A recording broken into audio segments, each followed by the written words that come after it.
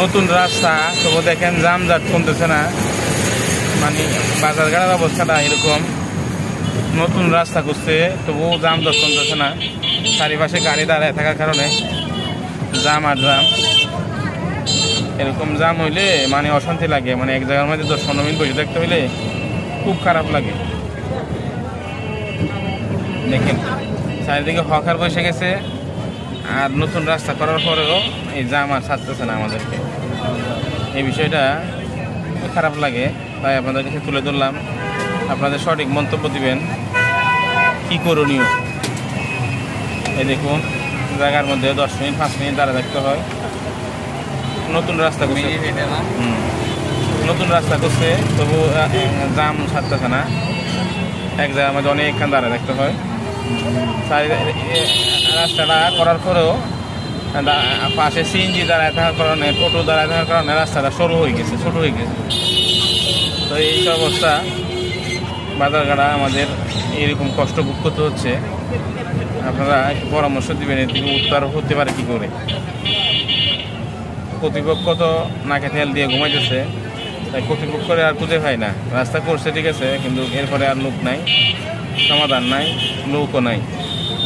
তো এই বিষয়টা আপনারা একটু খেয়াল করবেন, আর কী করলে ভালো হবে এই বিষয়টা জানাবেন। এই জামজট আসলে খুব খারাপ লাগে। দরকারের সময় অনেক সময় গাড়ির মধ্যে উঠে এসব উঠা অনেকক্ষণ বসে থাকতে হয়, গাড়ি চলানো। 5 মিনিটের রাস্তা লাগে আধা ঘন্টা, 5 মিনিটের রাস্তাটা অনেক সময় আধা ঘন্টা লাগে। এটা খুব খারাপ লাগে। তো এই বিষয়টা আমি শেয়ার করলাম আপনাদের সাথে, আপনারা একটু জানাবেন কী করণীয়।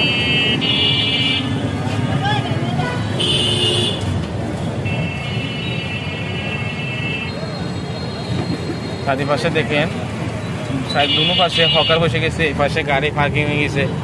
হ্যাঁ, মোটামুটি দেখেন গাড়ি পার্কিং।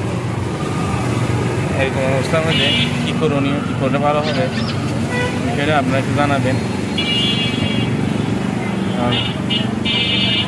খুব খারাপ লাগে, আছে আপনারা একটু জানাবেন। দেখুন মানে এত সুন্দর রাস্তা, এত কোটি কোটি টাকা খরচ করছে ঠিক আছে, কিন্তু আবার জামের মধ্যে বসে থাকতে অনেকক্ষণ বসে থাকতে হয়। খারাপ লাগে বন্ধুরা, বিষয়টা এই জন্য শেয়ার করলাম। আপনারা একটা সুন্দর পরামর্শ দিবেন। এই দেখুন দুনো পাশে হকার বৈশা আমাদের রাস্তাটা সরু করে দিছে, তাই জাম আমাদেরকে পিছু ছাড়ে না। 10 মিনিটের রাস্তা লাগে আধা ঘন্টা।